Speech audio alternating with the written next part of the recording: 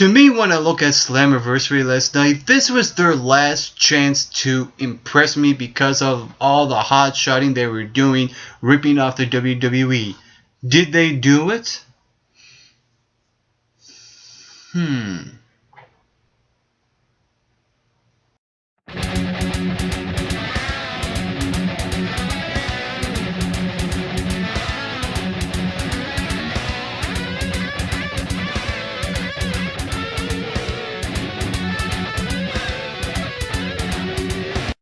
TNA Slammiversary was on last night, and overall, it's amazing how much TNA has let me down for the past number of months right now, because they've been so much trying to one-up WWE. It's just becoming really annoying. And to me, the one thing that really sucked the life out of this Slammiversary is the fact that MVP was injured. So they had to make a last-minute thing to do for the World Heavyweight Championship. TNA, you're in a bit of a pickle. But like I said, the show overall actually did have a couple of redeeming qualities, but that was pretty much it. Everything else was just nothing out of the ordinary, nothing special. Bad choices were made on the show, I thought. But the way the show kicked off last night with the X Division Championship ladder match with Sonata, the Wolves, Tigre Uno, Crazy Steve and Manic was actually pretty solid. It was a really good way to open up Slammiversary. This really set the tone for the show. There were a lot of high spots in this match. One big tag team maneuver from the Wolves. That was pretty awesome. The parabomb to the backstabber. And so, like I said, this was easily the match of the night, even though there were not a lot of great matches on the show. And I will list them off right here. Bobby Lashley versus Samoa Joe. That was a match I expected to be a lot better than it was.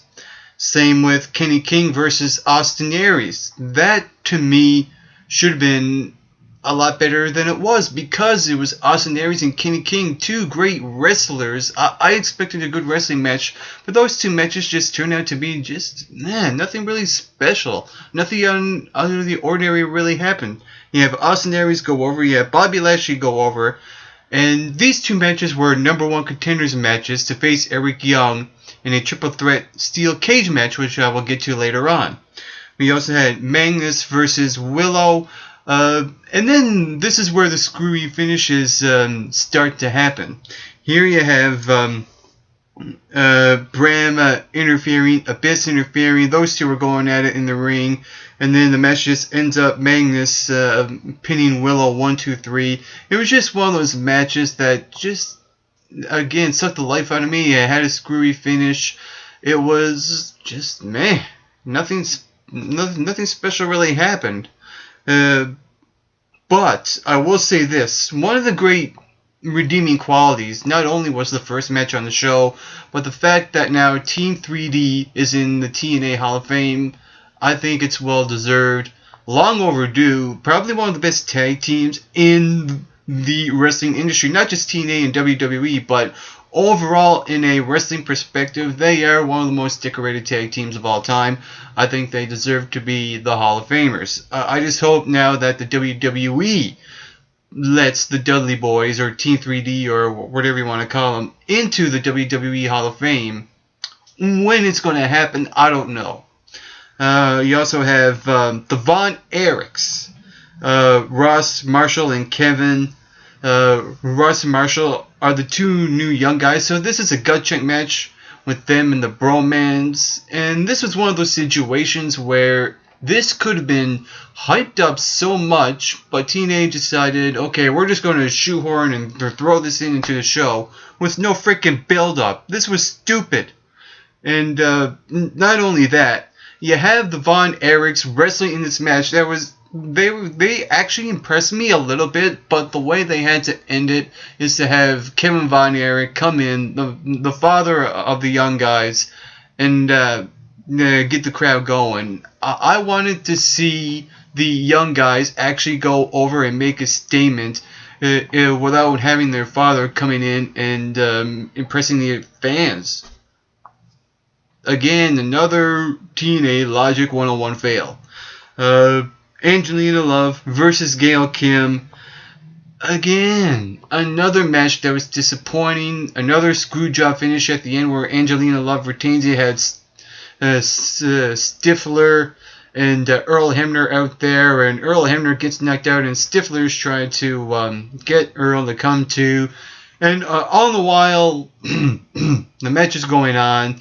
He won't get in the ring to referee, and when he did come in, it was at the time where Angelina Love pins Gail Kim 1-2-3, another screwjob freaking finish. I think this was probably one of the most disappointing matches on the show because of the fact that it was another screwjob finish. I think Gail Kim, even the match itself, had a lot of botchy moments in it as well. I think Gail Kim deserves a lot better, and so does Angelina Love. I mean, I expected this to be a good match. I mean, compared to the match that Gail Kim and Taryn Terrell had last year at Slammiversary, this don't even come freaking close at all. Speaking of disappointing matches, the next match was Bully Ray versus EC3, and before the match happened, you had a Bully Ray do a backstage interview, and he was saying what he's going to do to EC3 in this match, and that was all well and good. That was a really good promo from Bully Ray, and then the match happened. It was actually going very well. You had the trees grater, yeah, a couple of tables. For some reason, he sets up a table over the other side for whatever reason, with no point to it all. And here you have Dixie coming out, and again, another screwjob finish. She gets knocked out. She's about to go through a table. Rockstar Spot pulls her out, and Bully Ray's about to dive off the top rope, and then EC3 hits him with a stick, and then he falls.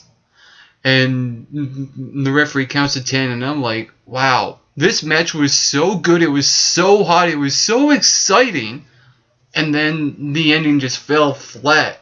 Like, that was stupid. Even the fans were like, bullshit, bullshit. And here I'm thinking, oh my god, that match was so good, and then the way they ended it was just bad. Oh, to me, that was probably one of the most painful things to watch at Slammiversary. The most. And the funny thing is that this was probably the second best match on the show, but still, the show overall just took away from everything else, and this match itself, it was going really well, and then just, it had to end that way. That was really disappointing. Speaking of another disappointing moment, James Storm versus Mr. Anderson. And this is a match that TNA actually built up for a few weeks. And here you have James Storm. Around the middle of the match, he spits beer all over the football team that were in the audience. And then they were like, oh, live it, I'm about to get you. He was getting the heat. He was getting the heel heat that he was receiving from the fans. The fans were booing the heck out of him. And then you have the football team come out and interfere in the match, and Mr. Anderson hits the mic check, 1, 2, 3. To me, this match, again, another screw job finish, where not only did TNA actually build this match up for a few weeks, but the way they had to end it, to have the football team go over at the end. This was ridiculous. TNA, you had spent a few weeks building up this match, and you make it about a football team at the end of it. Why? And here you have the main event. Eric Young, Austin Aries, Bobby Lashley. And I'll run this down. Bobby Lashley, to me, he's still a boring wrestler to me. And so, I don't know if I could buy him as a world champion. And with that being said, it's also too soon for him. Austin Aries, he could have used it, but I don't think he needed the title. But with Eric Young, to me, I think will be the guy that would retain the championship at the end of Slammiversary. He did. Eric Young wins this match. There were a couple of good spots in this match. The diving elbow drop on top of the steel cage, the Hurricanrana from Austin Aries to Bobby Lashley. Bobby Lashley going through the steel cage door, but it was just an okay match. I mean, even though there were good spots in this match, the match itself just seemed okay. It wasn't perfect by any stretch of the imagination. Here we have Eric Young go over in this match. I think the right person went over here. I think in terms of booking the entire show, it was 50-50. It was hit and miss.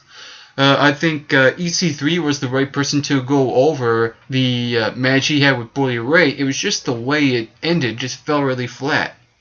And Angelina Love, the Von Erichs, Austin Aries. I was actually surprised that Austin Aries actually won. I expected Kenny King to win this match to give Kenny King the to elevate his profile a little bit by defeating Austin Aries. I thought they would do that.